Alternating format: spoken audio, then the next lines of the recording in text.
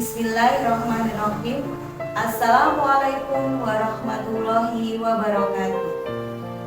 Innal hamdalillah nahmaduhu wa nasta'inuhu wa nastaghfiruhu wa na'udzu billahi min shururi anfusina wa min sayyiati a'malina wa man yahdihillahu fala mudhillalah wa man yudlil fala hadiyalah. Asyhadu an la ilaha illallah wa asyhadu anna Muhammadan abduhu wa rasuluh. Alhamdulillahirabbil alamin. Segala puji bagi Allah Subhanahu wa taala yang telah memberikan kita iman, Islam dan kesempatan untuk terus memperbaiki diri. Shalawat serta salam semoga tercurah kepada junjungan kita Nabi Muhammad SAW, teladan terbaik dalam keikhlasan dan kemuliaan amal.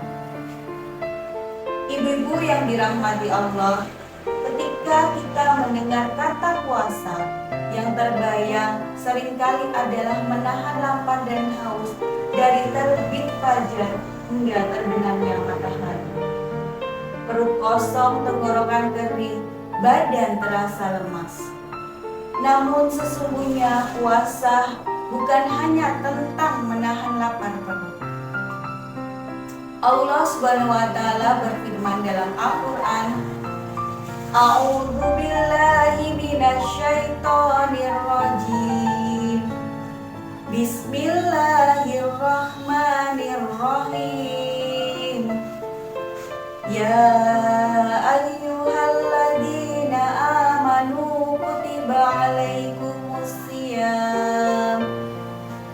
Kutiba alaikumus shiyam kama kutiba alal ladzina min qablikum la'allakum tattaqun.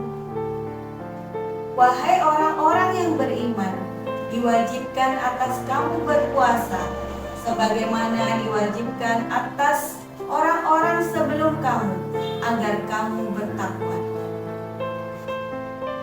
Quran Surat Al-Baqarah ayat 183. Tujuan puasa adalah takwa, bukan sekedar menahan makan dan minum, tetapi menahan diri dari segala hal yang dapat mengurangi pahala puasa. Rasulullah SAW bersabda bahwa betapa banyak orang yang berpuasa namun tidak mendapatkan apa-apa kecuali lapar dan dahaga. Mengapa bisa demikian? Karena lisannya masih berdusta, matanya masih melihat yang tidak pantas, telinganya masih mendengar yang sia-sia, dan hatinya masih dipenuhi iri dan dengki. Ibu-ibu yang dirahmati Allah, puasa adalah latihan pengendalian diri saat kita mampu menahan diri dari yang halal, makan dan minum. Maka seharusnya kita lebih mampu menahan diri dari yang haram. Puasa mendidik kita untuk sabar, jujur dan ikhlas.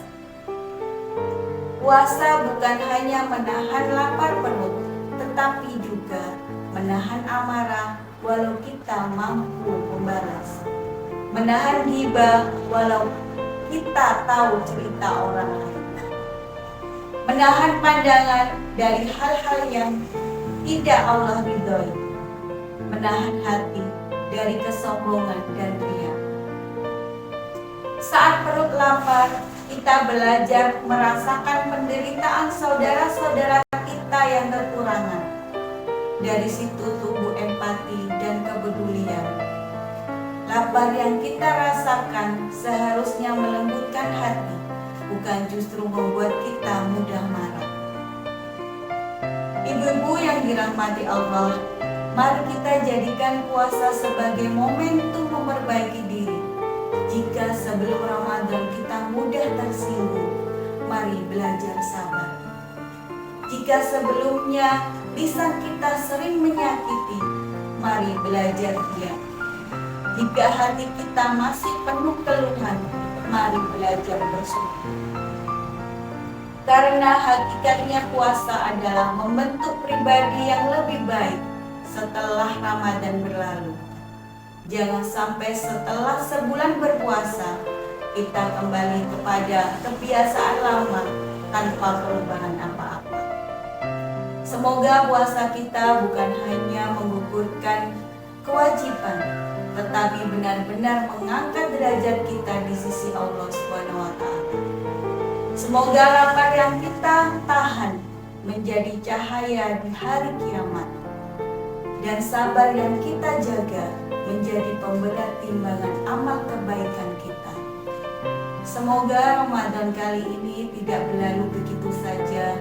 Semoga setiap lapar kita menjadi penghapus dosa, setiap doa kita menjadi jalan menuju ampunannya. Ya Allah, pertemukan kami dengan Ramadan berikutnya dalam keadaan iman yang lebih kuat. Amin. Semoga Allah menerima puasa kita, mengampuni dosa-dosa kita, dan menjadikan kita hamba-hamba yang bertakwa. Wabil taufiq wal hidayah. Wassalamualaikum warahmatullahi wabarakatuh.